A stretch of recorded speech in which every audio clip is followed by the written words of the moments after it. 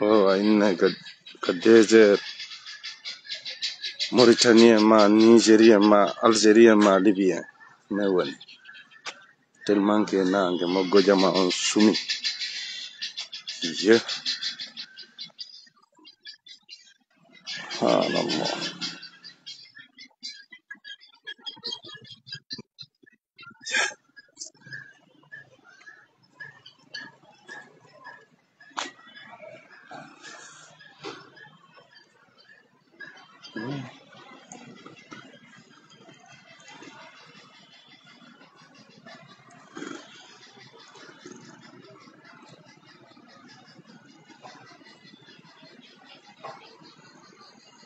Senja. O welti kaɗon suni.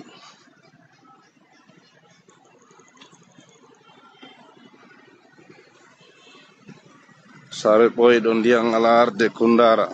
Wuli ha mayi.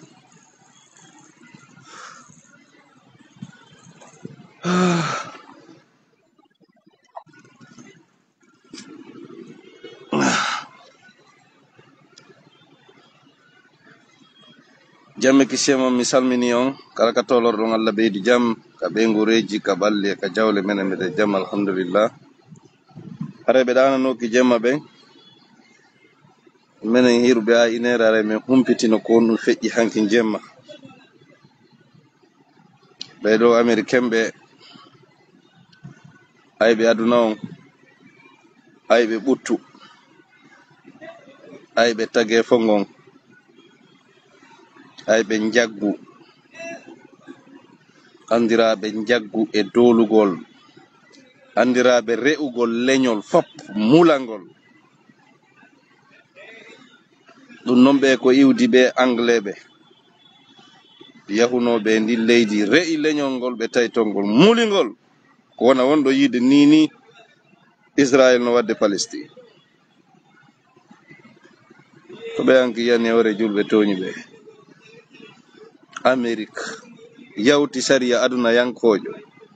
charte Nations Unies droit international yawti ɗum yaaɓiti fofi immi yehi liɓi bombu tonji e hoore nokkureji tati e leydi Iran ka aalaji wona aalaji nucléaire wona moƴƴineɓe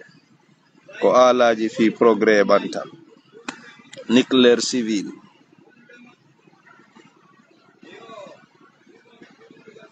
e hoore Donald Trump o uditi hunduko makko yeti aduna mi okiran jonte ɗiɗi jaka ɓe andi ɓe hebi like juhugol min miɗo landi on to puissance mon o woni Israël ɓe juhu Iran ha hande ɓe pirude ɓe susal ɓe déclarangol guerre honto dole mon nde Amérique ɓe susali heɓɓutude sekko maɓɓe ko inna Iran awa min ataka yon hande ñalande kaari si tawi ko worɓe yo min andu ɓe waɗali ko ɗaynugol min yahay ñande goo min hokki on 2 semaines son jaɓali famodirede on tuma acca ha ɓe no waɗi haqqille mum ɗi juha ɓe yaha tappa doga ko layfuɓe Amérique ko fussaki Amérique ko dowru ko sulme Iran noon nde ɓe immina missile je ɗe benna meɗen naɓude goɗɗum e mo yottoto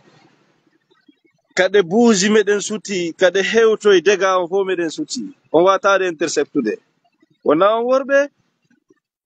Amérique wallahi ɗon holinoɗen avion je mon on jonnayno sayi e leerawa kono ayandi ko gayno ɗon ko tappa doga na on vrai ɓe kono yiye ko feƴƴata kon si Allah salaki merde salmini on Allah ɓeydi ja cara Allah bonnu aduna fop yo maayi lanna aduna tooñe aduna keeferu aduna jaggu gurdan doole sariya doole aduna fenande wona aduna doole aduna jaggu aduna fussaki wura aduna laifu wura bandra aduna non c'est têtes les Américains à vie leur politique Même leur peuple, c'est des lâches. Le peuple le plus lâche au monde, les Américains. Le peuple naïf, complice de leur État. Le peuple nafigi. Côté américain et israélien. Oui, talato.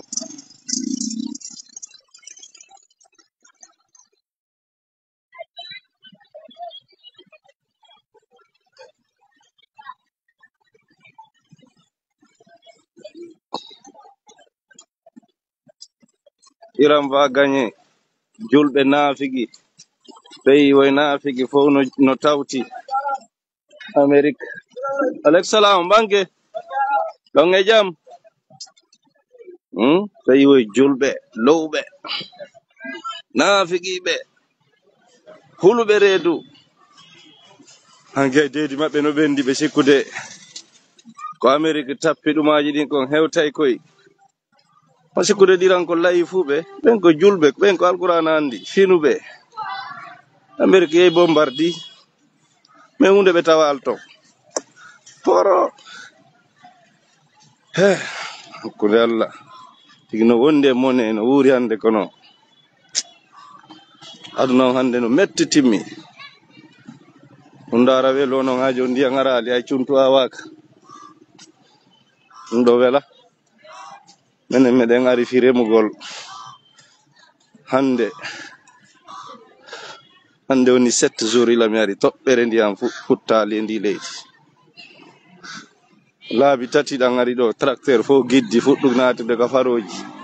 ɗan darti leydi o yoori ken a wata remude masi wata remude onon ga inne na guine won hakkunde Allah ye mois de juin ha joni ndiyan hande lo 22 juin simi fayali 22 juin ndiyan ha joni kundara hay juntu hay kaba on awali menen kadi komi woni ga litre essence 18 000 ton non ay piro fokkitare mi anda on ton do fokkiti labe o carburant ala kono ono fewndor don kawonirdo sigiri kono fewndi sigiri do sare boydo 18 000 ala kadi ko ala go woni ndo mi anda si o yer ko moni de do hare ko bisaw gabe itiri dum be addi parce que odo ko essence dani duma jonni wona essence wi rouge wi ngi andira denki essence 18 000 billahi wallahi talla hande ka lumo be ko do wona yeyete 18 000 labe kan wo alawo ala jo non wa pirak onon be Conakry qu'est-ce qu'il ne va pas le mariton essence darega haycunton o tigi ko bappirawo mo wokki dum e vitesi do no jasika amen ton no aciti dum don awali no dogi sikkude ga wondi andan tuubi eno ndo fop kambe sewti ko be awa do ayata dammo ndo fole be woyi remude awde piiji ndo fop cuntuji mabbe di hay hunde awakata hay hunde ko hande tunno min gadi mon wonde do sida ngarali hande eno duule seda an arali hande are mi woti labeta pira ben yura bisaw gabe in la yondi andi an ari narde kundala ne batara masina ta ka faroji giddogi ari hande yondi la mi yoti kundar bay ko tenen mi ton ambe ha joni enen ni kabaje wobbe sawtino kaba sawti na leydi wotiri de fayda wonde nan gido lore sorti a kunsitel encore hala na lor tu men taw jama tongo kunsitel mi ala haaju e jaman mi ala haaju e kanne hay mbodi mun takora wala mi do andi ko mi seedi e jaman do do andi kadi on to baabe ngan e jaman seedi fo mi do humbiti majjala Tamokoran hay mbuɗi mo hay zakka musa hay bita jonna falak gade kam ɓe ndungal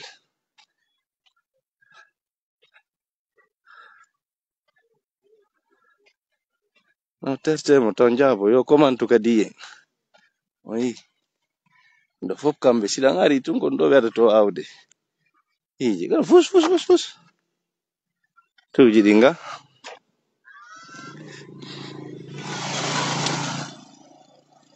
marino ni mi gayni awde kabaje ɗen callere billahi no c'est grave tigi wiide ga ko woni lawade dogo ala ta ija ka wuli non kadi kano wuli kono ɓay ɓe wakkili mango ɗum ɗon sara ɓayɗo ɓe ayi mango de harna ho mango ɗafoto fo arrettede parle aro mbalan hunduko kon sogoloru tawi ko sekko mami woni wowlirde aro mbako ayi kamɓe noon babo koye nini koye wadde formation ji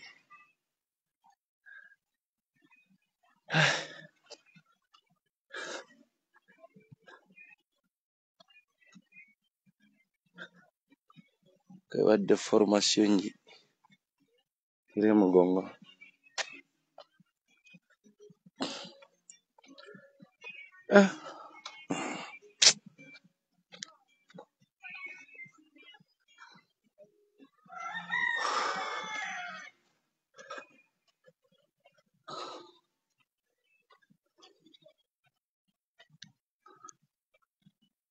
hannoni hara men tappino ko fanɗo 50 hectares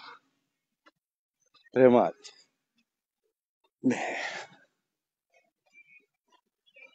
ko yettude Allah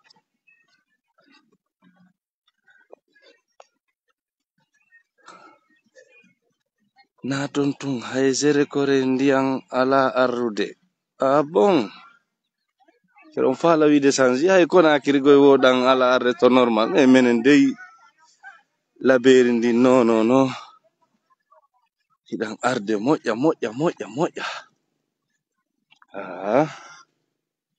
hiɗan arde dey menen laɓe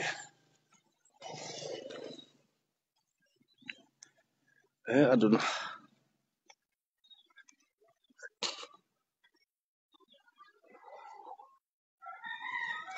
ya loto wona ka lele munneje ɗo